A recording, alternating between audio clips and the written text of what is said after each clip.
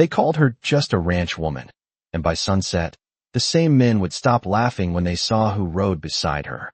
The wind that afternoon carried dust through the narrow street of Red Hollow, rolling slow between the wooden storefronts and hitching rails like the town itself was holding its breath. Margaret Hale stood alone on the steps of the county office, one hand clenched around a folded paper, the other steady on the brim of her hat.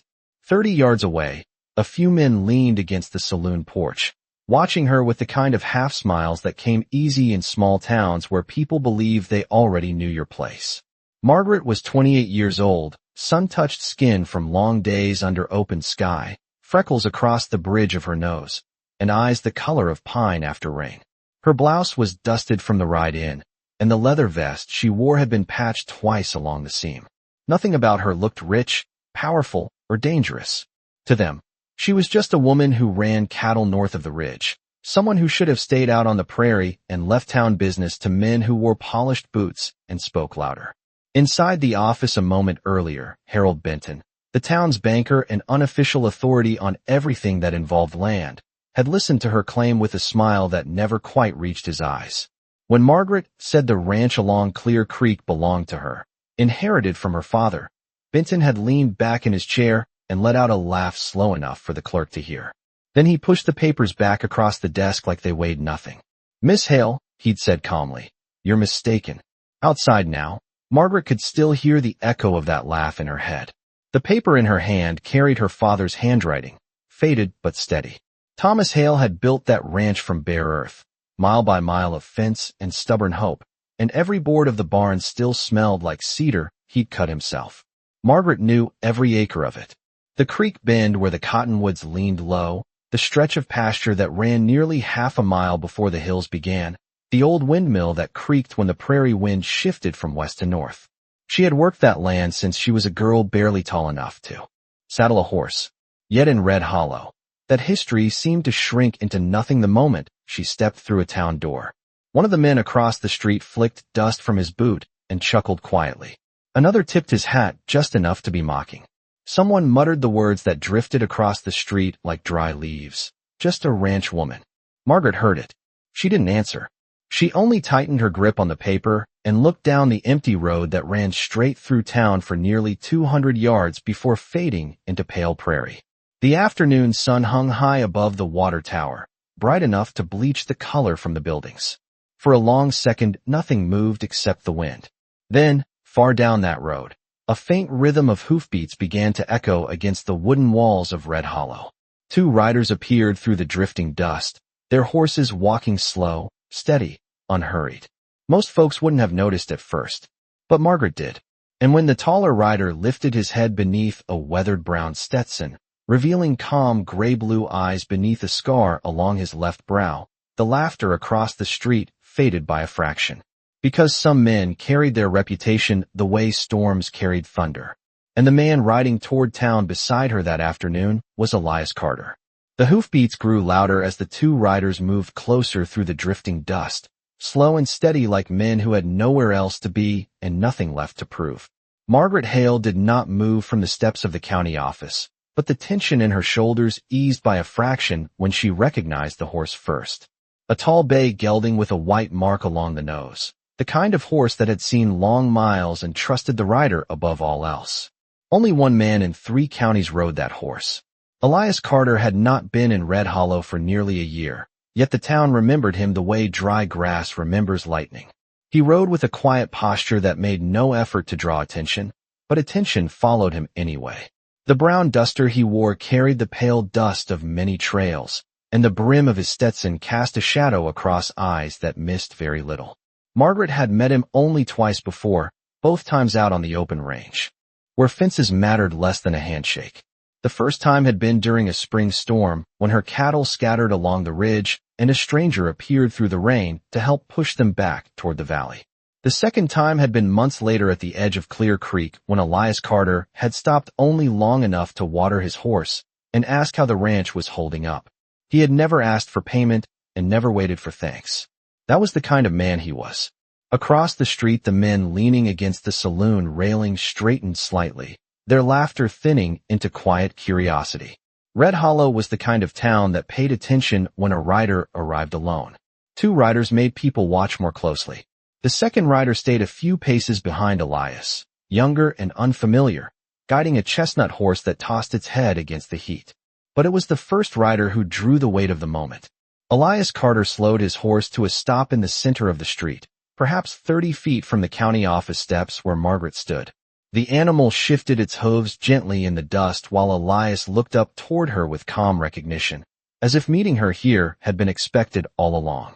Neither of them spoke right away. The wind pushed loose dirt along the road and rattled the wooden sign above the barber shop. Somewhere behind the saloon, a hammer struck metal in slow, steady rhythm. Finally, Elias lifted his chin slightly in greeting. Margaret stepped down from the wooden stairs and walked toward him, the folded paper still in her hand. Up close, the lines of travel showed across Elias Carter's face, sun and years carving quiet patience into the corners of his eyes. A narrow scar cut through the left eyebrow, pale against skin weathered by countless miles. Margaret stopped beside his horse and looked up at him. She did not need to explain the situation with many words. "They say the ranch is not mine," she said evenly. Elias listened without interruption, his expression unchanged. The men across the street watched carefully now. One of them pushed away from the railing as if considering whether to step closer, then thought better of it. Elias glanced toward the county office door, where Harold Benton still stood inside the shade, visible through the open frame. For a long moment Elias Carter said nothing at all. Then he swung one boot slowly over the saddle and stepped down onto the street, the dust shifting under his weight. He tied the bay horse to the hitching rail with an easy knot, brushed a line of trailed dust from his sleeve, and looked once more toward Margaret Hale. When he spoke, his voice was quiet enough that the wind nearly carried it away, but every man on that street seemed to hear it clearly. "Then we should talk to Mr. Benton." Harold Benton had not stepped outside yet, but he had not left the doorway either. The banker stood just inside the shade of the county office, hands resting calmly along the doorframe, as though the entire street belonged to him, and he had no reason to hurry. From where Margaret stood, she could see the faint shine of his pocket watch chain across his vest, and the careful way his hair had been parted that morning, neat and deliberate like every other decision the man made. Red Hollow trusted Harold Benton with money, land records, and quiet advice whispered behind closed doors. For nearly 10 years his word had settled more arguments than any sheriff ever could. That was why the paper Margaret held in her hand felt so small against the weight of his confidence. Elias Carter walked beside her toward the office steps without raising his voice or quickening his pace. Boots touched the wooden boards with a steady rhythm that carried across the quiet street. The men near the saloon followed every movement now, their conversation fading into watchful silence. Even the younger rider who had arrived with Elias remained by the horses, leaning one arm over the saddle horn as if he understood that this moment belonged to someone else. Margaret felt the heat of the afternoon sun across her shoulders as she climbed the 2 steps toward the office again. Inside the doorway, Harold Benton smiled politely, though the smile seemed thinner than before. "Miss Hale," he said, as if the conversation from minutes earlier had simply paused rather than ended. His eyes then shifted to Elias Carter, studying him with the careful curiosity of a man used to measuring every stranger. "And who might you be?" The question floated lightly in the warm air of the hallway. Elias stopped a few feet from the door, his posture relaxed, one hand resting near the worn leather of his belt. He did not answer immediately. Instead, he glanced once around the office interior, taking in the tall filing cabinet along the wall, the dusty map of county parcels pinned behind the clerk's desk, and the neat stack of ledgers that recorded every acre sold within 20 miles of Red Hollow. Then his attention returned to Benton. "Name is Elias Carter," he said quietly. The words carried no challenge and no pride, only plain fact. Benton's eyebrows lifted slightly in recognition, though his smile remained. "Ah," he replied after a moment. "I have heard the name." Margaret stood between them, holding the folded paper that carried her father's handwriting. The edges had softened over the years from careful use, but the ink remained strong. She placed it gently on the desk again, the same way she had done earlier that afternoon. "My father left the ranch to me," she said, voice steady despite the pressure of watching eyes outside the door. Benton folded his hands together thoughtfully. Miss Hale, he answered. Your father was a respected man, but land titles require proper filing with the county office. According to the records here, the property along Clear Creek was transferred months ago. The sentence settled over the room like dust after a passing wagon. Margaret felt the words strike harder than she expected. Transferred. The idea sounded impossible. She had ridden those pastures less than 3 days earlier. The fences stood exactly where her father built them. No stranger had set foot there. She turned toward Elias, confusion flickering briefly across her expression. Outside the office window, the men along the saloon railing leaned closer to hear what would happen next. Elias Carter did not react with surprise. Instead, he studied Benton for a long, quiet moment, as though measuring something beyond the banker's careful tone. Then he reached slowly into the inside pocket of his dust-colored coat and drew out a folded piece of paper far older than the one Margaret carried. The parchment was worn along the creases and sealed once with dark wax that had long since cracked. Elias set it gently beside Margaret's document on the desk. Harold Benton's smile faded by a fraction when he saw the signature written along the bottom. Harold Benton stared at the older parchment for several seconds before touching it, and the silence inside the county office grew thick enough that even the slow creak of the ceiling fan seemed louder than before. The document Elias Carter had placed on the desk did not look impressive at first glance. The edges were worn and the ink had faded slightly from years of travel, yet the handwriting remained clear, steady, and unmistakable to anyone who had spent time around ranch land deeds in this county. Margaret leaned forward just enough to see it better, the sunlight from the window catching the lines across the page. The signature at the bottom carried 2 names written side by side in dark ink that had aged into a deep brown. One name she knew by heart, because she had seen it on every letter her father ever wrote. Thomas Hale. The other name sat beside it as witness to the agreement made years earlier. Elias Carter. Harold Benton slowly lifted the paper between careful fingers, the polite smile on his face tightening by another small degree. Outside on the street, the wind stirred the dust again, and through the open doorway several townsmen had shifted closer without realizing it, curiosity drawing them step by quiet step toward the office entrance. Margaret could feel their attention pressing in from behind her like heat from the afternoon sun. Benton cleared his throat gently and studied the document again, reading each line with deliberate patience. The paper described a stretch of land along Clear Creek that measured nearly 2 miles from the Cottonwood Bend to the low ridge where the prairie grass grew thick in spring. It was the same ranch Margaret had ridden across since she was a child. But the lines written above the signatures told a different story than the one Benton had spoken minutes earlier. They described a temporary trust, witnessed and recorded years before, allowing Elias Carter to hold the original title until the rightful heir claimed it. Benton lowered the paper slowly. Interesting, he said in a measured voice. But this document does not appear in the county registry. Elias Carter rested one hand lightly against the edge of the desk and looked directly at him. It was never meant to, he replied calmly. Margaret glanced at Elias with growing confusion. The ranch had always belonged to her father, and after his passing she had simply continued the work without questioning the legal details behind it. Yet now a story older than she realized was unfolding across the banker's desk. Benton folded his hands together again and leaned back slightly. You must understand, he continued, choosing his words with care, that land ownership in this county requires official transfer through my office. Elias nodded once as though acknowledging a point in a quiet conversation rather than an argument. Then he reached forward and tapped a finger gently against the second line near the bottom of the parchment. Margaret leaned closer to read the smaller script that ran beneath the signatures. It referenced a witness beyond the 2 men who had signed it. Not a banker. Not a clerk. The witness was the territorial surveyor who had drawn the original boundary lines for the ranch itself nearly 20 years earlier. Benton noticed the same line at the same moment.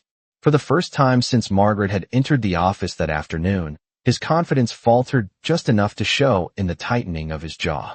Outside, one of the men near the saloon whispered something under his breath, and the quiet murmur drifted through the open doorway. Elias Carter did not raise his voice. He only spoke with the same steady tone he had used since arriving in town. That surveyor filed the boundary map with the territory long before this office was built. The words settled slowly across the room. Margaret looked from the old parchment to Benton's carefully arranged ledgers, and finally back to Elias.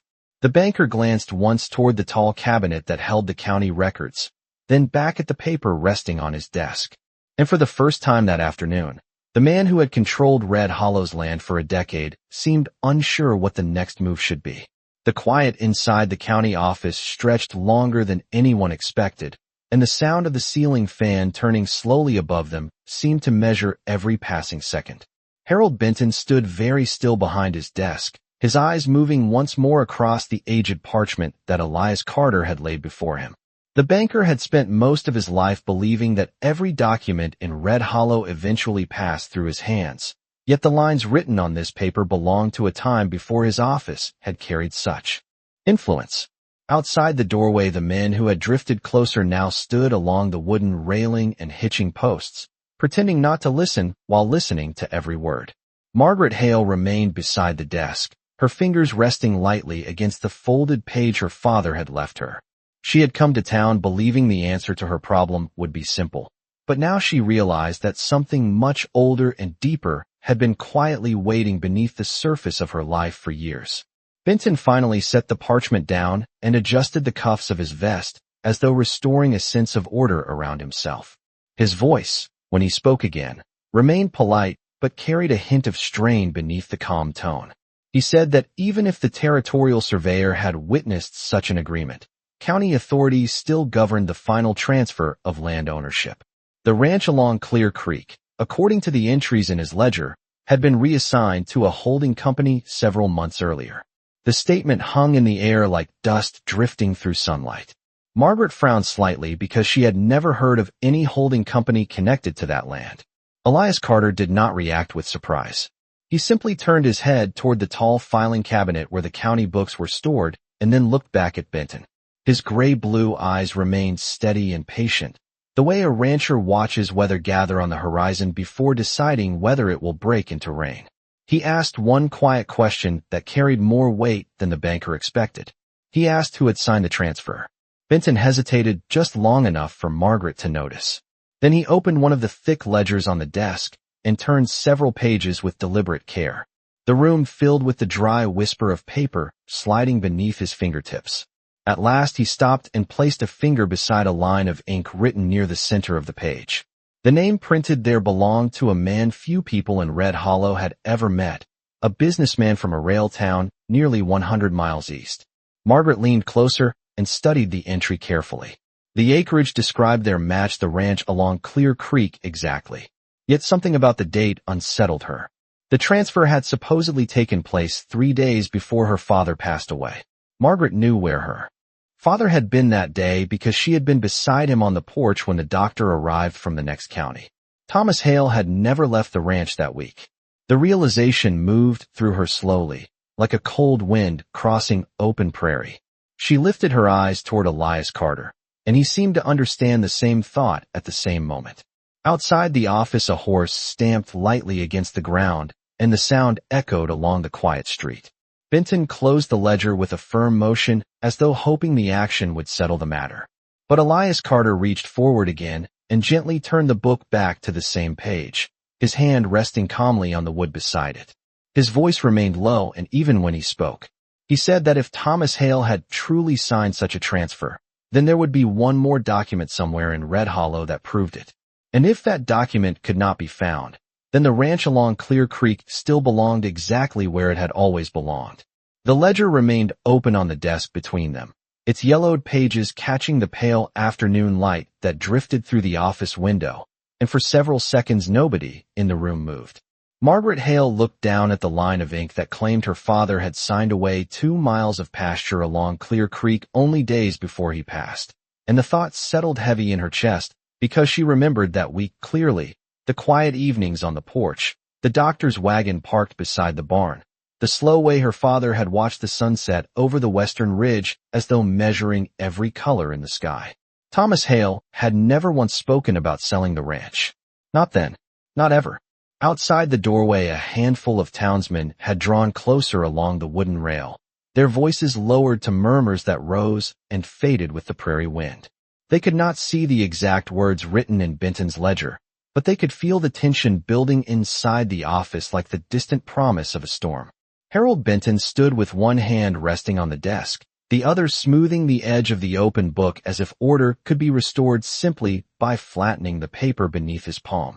His tone remained composed when he spoke again, yet the careful rhythm of his words carried the faintest trace of impatience.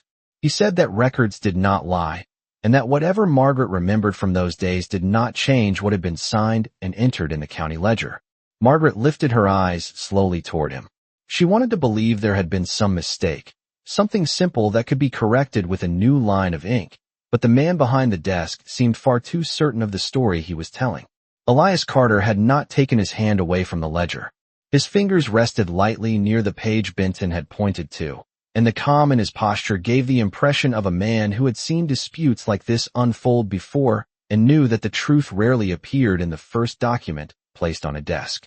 After a moment, he slid the book slightly closer and read the entry once more, paying attention not only to the name written there, but to the small details surrounding it. The date, the location, the witness line beneath the signature. When he finished, he lifted his gaze toward Benton again. His voice remained quiet, steady enough that even the men outside seemed to fall silent when he spoke. He said that land transfers in this territory required 2 witnesses if the original owner could not appear before a registrar in person.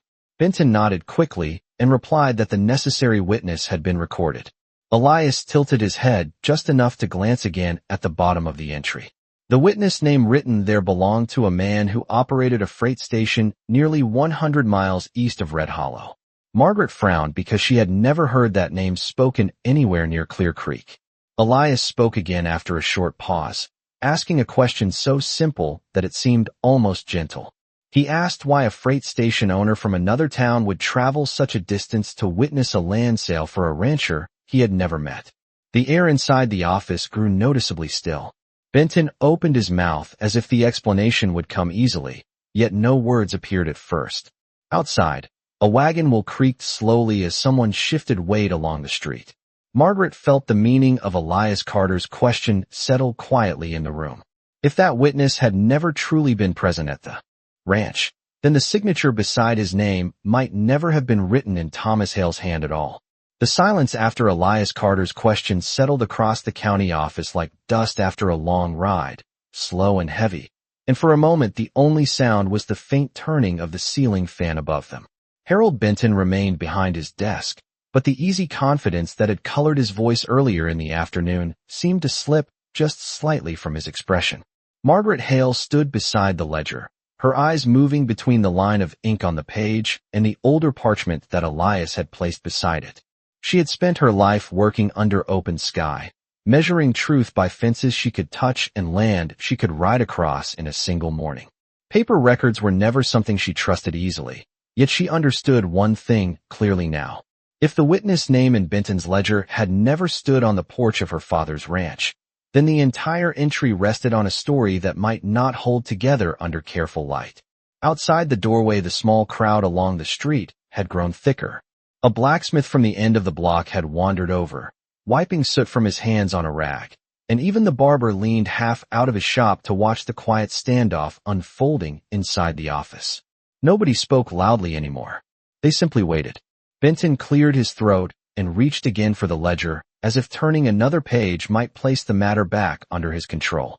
He explained that documents were sometimes delivered by courier rather than signed in person, and that distant witnesses were not unusual in transactions involving investors from outside the county. His words came smoothly enough, but Margaret noticed the way his fingers lingered along the paper edges as though buying time to consider the next sentence. Elias Carter listened without interruption. He stood with the same relaxed posture he had carried since walking in from the street, shoulders loose beneath his dust-colored coat, gray-blue eyes steady and patient. When Benton finished speaking, Elias nodded once in quiet acknowledgement. Then he reached into the inside pocket of his coat again. Margaret watched closely because she had already learned that Elias did nothing without reason. This time he removed a small leather envelope worn soft from years of travel. He opened it slowly and placed a single folded sheet beside the other documents on the desk.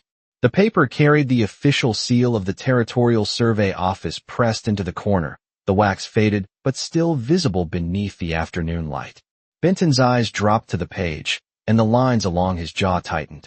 Margaret leaned forward to read the heading printed across the top. It was not a deed, and it was not a bill of sale. It was a copy of the original boundary certification for the Hale Ranch along Clear Creek, signed nearly 20 years earlier when the land had first been registered. The witness line at the bottom carried two names. One was the surveyor who had drawn the boundary itself. The other was the same territorial officer who had later recorded the trust agreement that Elias carried in the older parchment. Elias spoke quietly while Benton read the lines. He said that the survey office kept duplicate maps and records for every parcel registered before the county courthouse had been built. If a land transfer truly existed, the survey office would hold proof of it as well. Benton remained silent for several seconds. The faint murmur outside the doorway faded again as the men along the street sensed the balance of the moment shifting. Margaret looked from Elias to Benton and felt something she had not felt since walking into town earlier that afternoon. Hope, quiet but steady, like the first breeze that moves across prairie grass before the weather changes. Harold Benton did not touch the new document immediately, and that hesitation alone was enough to ripple through the quiet room. The territorial survey seal on the paper caught the afternoon light from the window, dull red wax pressed beside a faded stamp that had been used long before Red Hollow even had a courthouse. Margaret Hale leaned closer to read the lines again, her eyes moving slowly across the careful handwriting that described the first official boundaries of the Hale Ranch. 2 miles of pasture stretching along Clear Creek. Cottonwood trees near the bend. A ridge of pale stone rising half a mile to the north. Every detail matched the land she had ridden across since childhood. Outside the doorway, the gathering townsmen had grown so quiet that the faint creak of leather saddles and the distant wind across the street sounded unusually loud. A few of them shifted along the railing, pretending to study the sky or the hitching posts, but their attention never strayed far from the office entrance. Inside the room, Harold Benton finally lifted the survey paper from the desk. He examined the seal carefully, turning the page once in his hands as though searching for a flaw hidden somewhere in the ink. The polite expression he had worn earlier was gone now, replaced by the thoughtful look of a man calculating distances he had not measured before. Margaret noticed that the banker no longer spoke as quickly as he had when she first entered the office. His confidence had slowed, like a wagon climbing a steep hill. Elias Carter remained beside the desk with the same calm patience that had followed him into town. He did not lean forward or press the conversation. He simply waited, allowing Benton the time to read every line printed on that survey copy. At last the banker lowered the document again and placed it carefully beside the older parchment that carried Thomas Hale's signature. The two papers rested side by side on the desk, separated by years, yet clearly tied to the same stretch of prairie. Benton drew a slow breath before speaking again. He said that even if the original survey and trust agreement were legitimate, the county office still held authority over more recent transfers. The ledger entry, according to his records, remained valid until proven otherwise.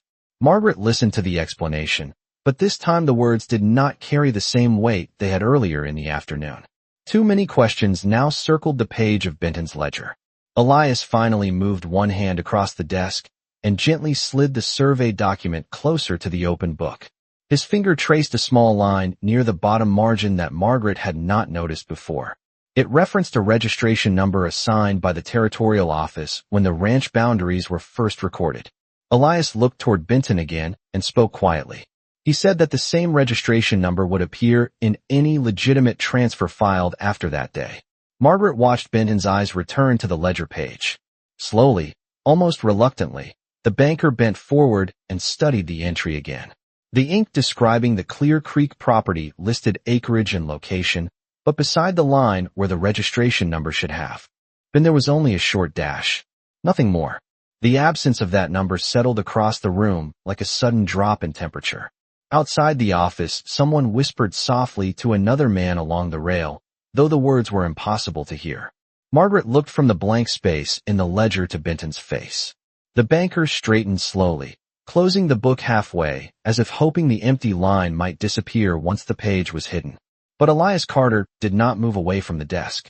His voice remained calm when he spoke again, quiet enough that the entire street seemed to lean closer to hear it.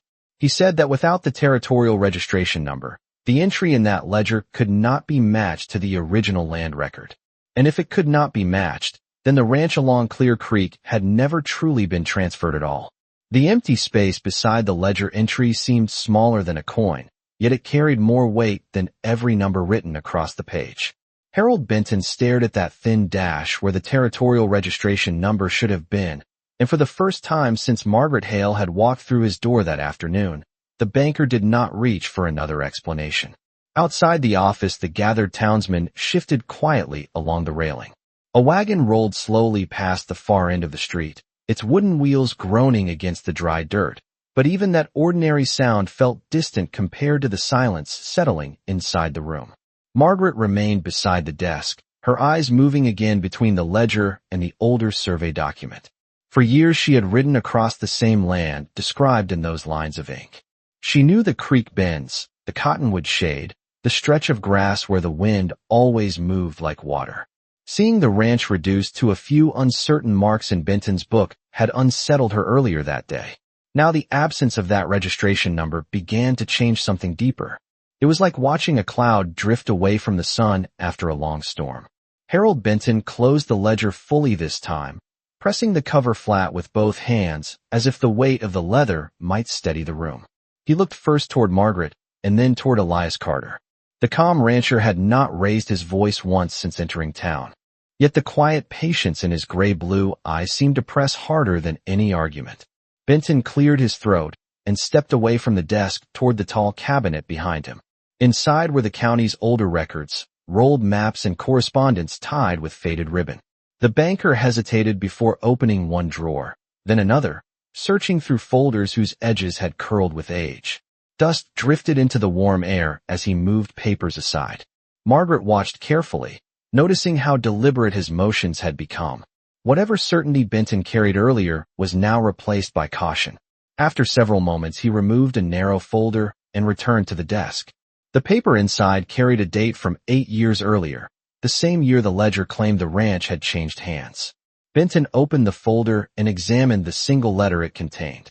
The letter described a proposal from a distant investor who had once shown interest in purchasing grazing land along Clear Creek. It included acreage estimates and a rough description of the valley, but nowhere in the document did it confirm a completed transfer. The banker read the page once more before setting it down beside the ledger. Margaret noticed that even Benton seemed slightly surprised by what the file actually contained. Elias Carter rested one gloved hand lightly on the desk while studying the letter. He did not smile or show triumph. Instead, he simply nodded once, as though another small piece of a long puzzle had quietly fallen into place. Benton admitted that the letter had likely been filed at the same time the ledger entry was recorded, perhaps as supporting material during negotiations that had never fully concluded. Over the years, the assumption of a completed sale might have slipped into the records without anyone checking the original survey registration again. Margaret felt the tension leave her shoulders slowly, though she said nothing yet. The truth was not declared with noise or celebration. It was arriving the way truth often does on the frontier, quietly, step by careful step, until the land itself seemed to recognize who truly belonged to it. Margaret Hale felt the room breathe again after Harold Benton finished speaking, yet the air carried a new weight now. The quiet understanding that the story written in the county ledger had never been as certain as everyone once believed. The banker stood beside the desk with the folder still open in his hands, studying the letter from 8 years earlier, as if seeing it clearly for the first time.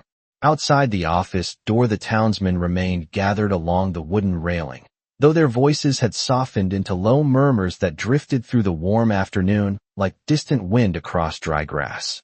Elias Carter did not hurry the moment. He rested his gloved hand lightly against the edge of the desk, his tall frame still and steady beneath the dust-colored coat. The small silver horseshoe hanging from his chain caught a narrow beam of sunlight from the window and glimmered once before settling again. Harold Benton slowly placed the investor's letter beside the ledger and the territorial survey copy, forming a quiet line of documents that told a very different story when seen together.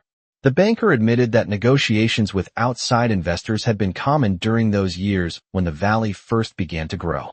Land speculators often rode through small towns promising development and railroad connections that might arrive someday. Many proposals were written down, discussed, even entered into preliminary records before final contracts were ever signed. Margaret listened carefully while Benton explained how such misunderstandings could slowly turn into accepted fact when enough seasons passed, without anyone asking questions. The ranch along Clear Creek had likely been listed as pending transfer while the investor considered the purchase. When the man eventually disappeared from the territory without completing the agreement, the unfinished note remained buried in the ledger where later clerks assumed the transaction had simply been concluded long ago. Benton spoke with an honesty that had been missing earlier that afternoon. His shoulders seemed lower now, the pride of his position replaced by the quiet responsibility of correcting a mistake that had lived too long inside the county records. Elias Carter finally stepped closer to the desk and turned the ledger toward the open window where the sunlight fell strongest. He pointed calmly at the same thin dash where the territorial registration number should have appeared. Without that number, the entry could never be matched to the original survey record. Without that connection, the land had never officially left the Hale family's claim. Margaret felt her chest tighten slightly as those words settled into the room. For months, she had carried the quiet fear that her father's ranch might slip away through some piece of paper she had never seen. Now the truth seemed almost simple in its clarity. Benton reached for his pen and opened the ledger again, this time with careful intention. The banker wrote a brief note beneath the questionable entry, marking the record for review and correction once the Territorial Survey Office confirmed the original registration number. The ink dried slowly in the warm air. Margaret watched every movement of the pen as if witnessing the land itself returning to its rightful place line by line. When Benton closed the ledger again, he looked toward Margaret with a steadier expression. The mistake would be corrected formally, he said, and the Hale Ranch would remain listed exactly where it had always belonged. Across the desk, Elias Carter gave a small, respectful nod, the kind a man offers when justice arrives quietly without the need for raised voices or force. The ink Harold Benton had written beneath the ledger entry was still drying when the quiet outside the office finally broke into low conversation. Men along the wooden railing shifted their weight and exchanged glances that carried more understanding than words. The ranch along Clear Creek had been part of the valley for longer than most of them could remember, and the idea that it might vanish from the Hale family through a simple line in a book had never sat comfortably in their minds. Now the tension that had followed Margaret Hale into town began to loosen like a tightrope finally cut free. Inside the office, the afternoon light had shifted across the floorboards, stretching longer shadows beneath the desk and cabinet. Harold Benton closed the ledger carefully and placed it back into the drawer, this time with the slow respect of a man who understood the importance of every line it carried. He told Margaret that the correction would be recorded formally once the Territorial Survey Office confirmed the registration number attached to the original boundary map. Until then, the county records would show the ranch as disputed rather than transferred, which meant no outside claim could proceed. Margaret listened quietly, her hands resting lightly against the edge of the desk. For the first time since riding into town that morning, she felt the heavy knot in her chest begin to loosen. The land her father had worked, the same hills and creek banks she had ridden since childhood, no longer seemed to stand on the edge of disappearing.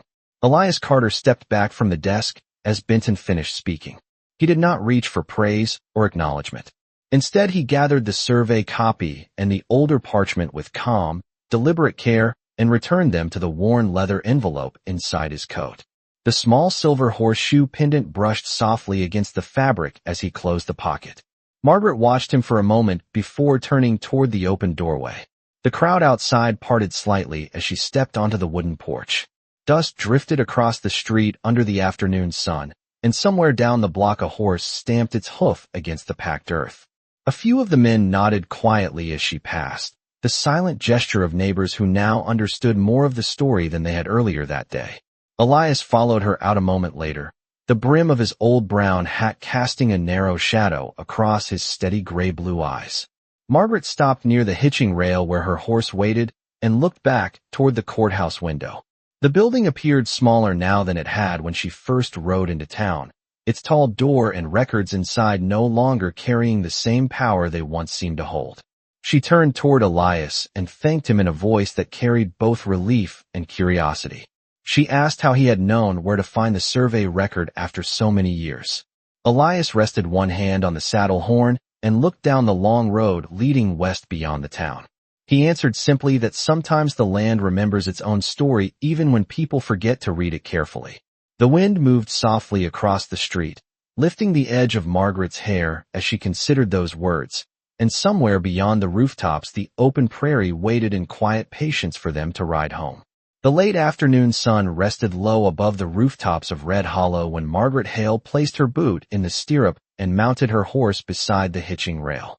The dust of the street glowed softly under the warm light, and the small crowd that had gathered earlier began drifting back toward their ordinary business. A blacksmith returned to his forge, the barber stepped back inside his shop, and the quiet murmur of town life slowly replaced the tense silence that had filled the street not long before. Elias Carter tightened the strap on his saddle with slow, practiced hands. The old brown Stetson hat shaded his face, and the small bullet hole along the left brim caught a narrow line of sunlight before the wind turned it slightly away. Margaret watched him for a moment, noticing the same calm patience that had carried him through the entire afternoon inside the courthouse. It was the kind of stillness that did not seek attention, yet somehow shaped the outcome of everything around it. She guided her horse forward a few steps until they reached the end of the street where the town road opened toward the long western trail. From there the land stretched outward into the familiar sweep of prairie and low hills that surrounded Clear Creek. The breeze moved gently across the grasslands beyond town, carrying the faint scent of dry sage and warm soil. Margaret rested her hands on the saddle horn and looked back once more toward the courthouse building behind them. For a long moment she said nothing. The weight she had carried for months now felt strangely distant, like a storm cloud that had finally rolled away beyond the horizon. She spoke quietly then, telling Elias that when she first rode toward Red Hollow that morning she believed the ranch might already be lost. A few lines of ink in a county ledger had seemed powerful enough to erase generations of work. Elias listened without interrupting, his gray-blue eyes resting on the open road ahead. After a moment, he answered in the same steady tone he had used all afternoon. He said that records and signatures mattered, but the truth behind them mattered more. Sometimes people trusted the book without remembering to check the story written before it. Margaret considered those words while the wind lifted a strand of her chestnut hair across her cheek. She asked him one more question before they began the ride home. She asked how he knew the territorial survey would hold the answer when even the county office had forgotten it. Elias paused briefly before replying. He said that years earlier, while riding the northern range, he had met an old surveyor who once mapped the valley. The man had spoken often about how every official claim to land must begin with the same simple thing, the first line drawn across open ground, and the number assigned to remember it. Without that number, every later promise would stand on air. Margaret nodded slowly, understanding the quiet logic of it now. The prairie wind moved again across the road, stirring dust around their horses' hooves as the sun dipped lower behind the distant ridge.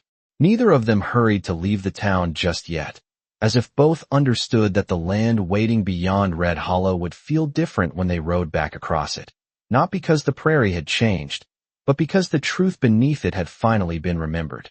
The road leaving Red Hollow stretched westward through long waves of prairie grass that glowed gold beneath the setting sun. Margaret Hale and Elias Carter rode side by side in unhurried silence, their horses moving at an easy pace while the town slowly faded behind them. The wind carried the quiet rustle of dry stems brushing against one another, a soft whisper that seemed older than the buildings and ledgers they had just left. Margaret looked out across the land that had shaped every year of her life. The distant line of cottonwood trees along Clear Creek was already turning dark against the horizon, their branches standing like familiar sentinels guarding the valley. For months she had feared that view might someday belong to someone else, decided by men who had never ridden its ridges or watched the morning fog rise from the water. Now the prairie looked exactly the same as it always had, yet something within her had settled into place. Elias Carter rode quietly beside her, his broad shoulders relaxed beneath the dust-colored duster coat. The worn brown Stetson rested low over his steady gray-blue eyes, and the small silver horseshoe on his chain moved softly with the rhythm of the saddle. He did not speak often, but the calm presence of him seemed to steady the open road itself. As they reached the low rise overlooking the valley, Margaret slowed her horse and let the animal step carefully to the top of the ridge. From there the Hale Ranch spread wide beneath the fading light. The long pasture followed the bend of Clear Creek exactly as the old survey map had described decades earlier. Fences stretched across the grass like thin lines drawn gently across the earth. Smoke from the ranch house chimney drifted upward into the cooling sky, a quiet signal that the day was ending just as every other day had ended before trouble ever reached the county office. Margaret rested her hands against the saddle horn and allowed herself a long breath. The land did not feel like property or paper now. It felt like memory and promise woven together through seasons of work, storms, harvest, and patience. She turned slightly toward Elias and thanked him again, though this time the words were softer and carried less urgency. Elias glanced once across the valley before answering. He said that land never truly belongs to the man who writes it down in a ledger. It belongs to the people who rise before sunrise to care for it, who mend its fences, who ride its boundaries year after year until the ground itself begins to recognize their footsteps. Margaret looked back toward the ranch house where the first evening light flickered in the windows. The fear that had once followed her across the prairie was gone now, replaced by a quiet certainty that no careless record could erase what had been built there. The wind moved gently along the ridge, lifting the edges of Elias Carter's coat and brushing through Margaret Hale's chestnut hair. For a few peaceful seconds neither of them spoke. The valley below rested in calm evening silence, and the truth of the day settled over the land the same way dusk settles across the prairie, slow, steady, and undeniable.